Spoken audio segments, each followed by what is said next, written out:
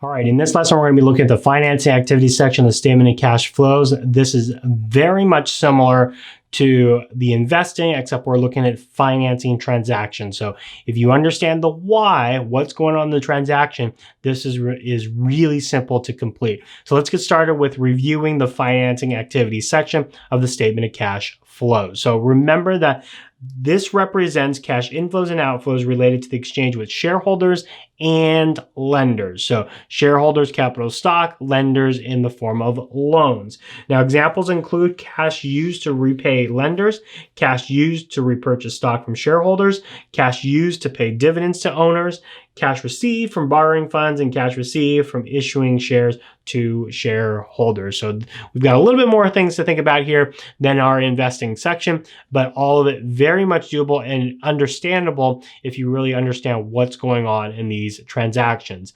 Now, from a mechanics standpoint, this is what we're doing. We are going to start with zero, just like we did in the investing section. And in this case, we're going to subtract long-term debt payments. And the key word or the key long-term debt payments is the principal,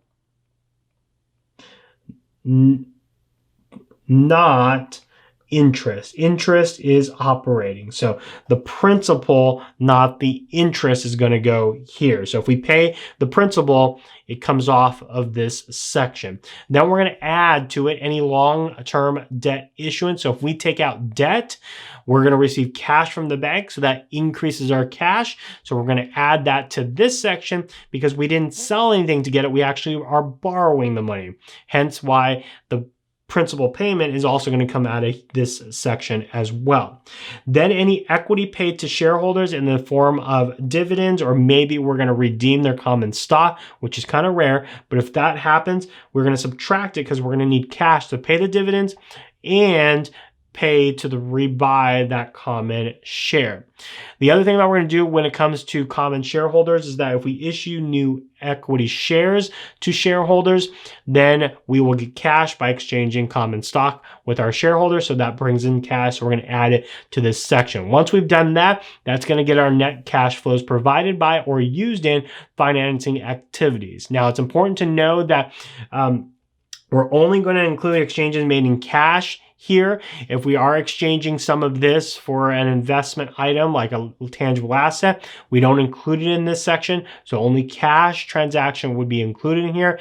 Non-cash transactions are put in a different part of the statement of cash flows, which we'll talk about later. So know that. Now, when you evaluate this, is it good or bad if you see positive or negative? And there really isn't a good answer, because it could be a good thing that you're issuing more shares, so that would increase the positive number to this, but it's also not such a great thing sometimes to take out debt. So if you're seeing a positive number that comes through the financing activity because of debt, that might not be a great thing because you're going to have to repay it back.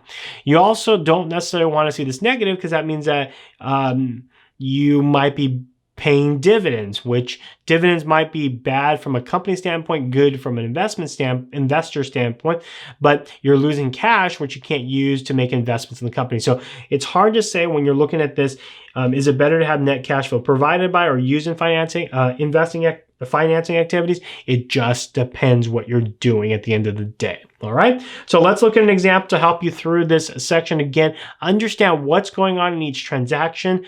And once you understand it, then you can put it in to the financing section. So assume the following transactions were made by company A: purchase inventory on account for $225,000, took out a $50,000 cash loan from the bank, issued stock of $25,000 to shareholders in exchange for cash, issued dividends to shareholders in the amount of $5,000 cash, repaid $15,000 in principal on their bank loans, purchased a copyright from company Z for $10,000 in cash. So again, like we did in the investing section, I would go through and see, does it belong in this section? If it does, is it cash? If it does, we're good. If not, let's go ahead and mark it away.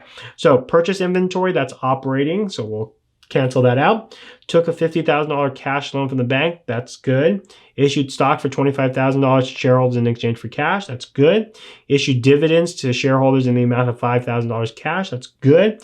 Repaid $15,000 in principal in the bank loan. That's good.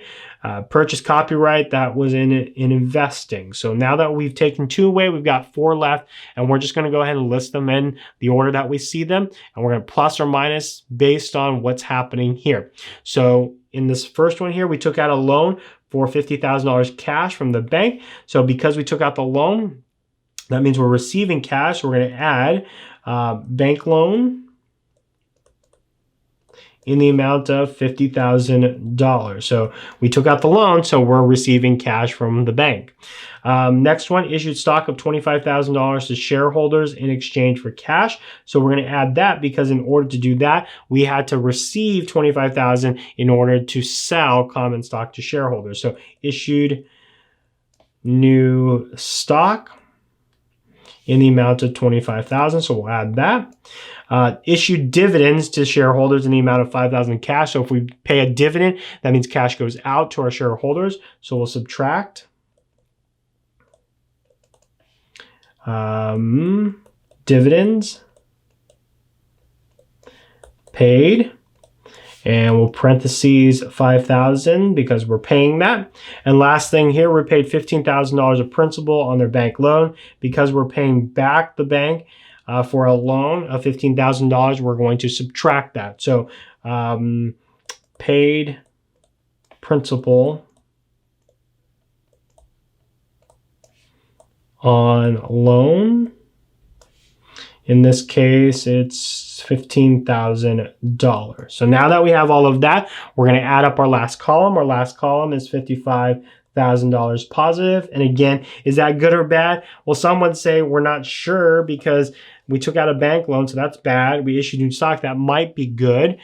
So it kind of depends. So all we know is that net cash provided by finance activities was $55,000. So that is a look at the financing activities.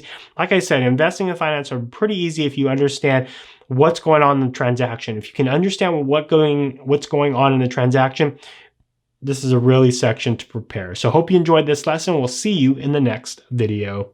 Hey guys, if you like this video, make sure you press the like button below. And if you're looking for worksheets that go along with all of these lessons, head over to my website at patrickleemsa.com or click in the link in the far right. And I've got your next lesson right over here. So just click that link and it'll take you to that video. So until then, we'll see you in the next lesson.